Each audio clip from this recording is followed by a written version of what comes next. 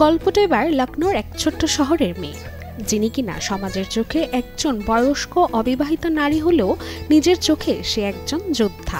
তিনি প্রমাণ করতে চান জীবনের মানে শুধুই সংসার নয়, নিজের স্বপ্ন আর স্বাধীনতাকেও সমানভাবে গুরুত্ব দেয়া।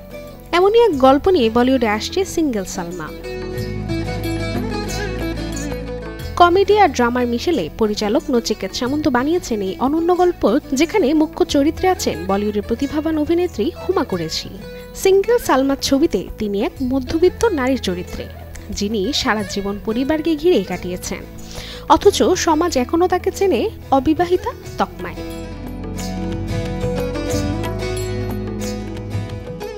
ছবিটিতে অভিনয় করতে আরও দেখা যাবে শ্রেয়াস তালপাড়ে, সানি সিং, কালসাবির সহ আরও অনেককেই।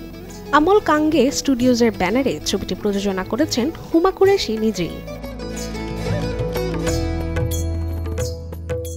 আসছে 21 নভেম্বর দর্শকদের এক ভিন্নধর্মী গল্প উপহার দিতে মুক্তি পেতে যাচ্ছে single Salma. Desk report, channel 24।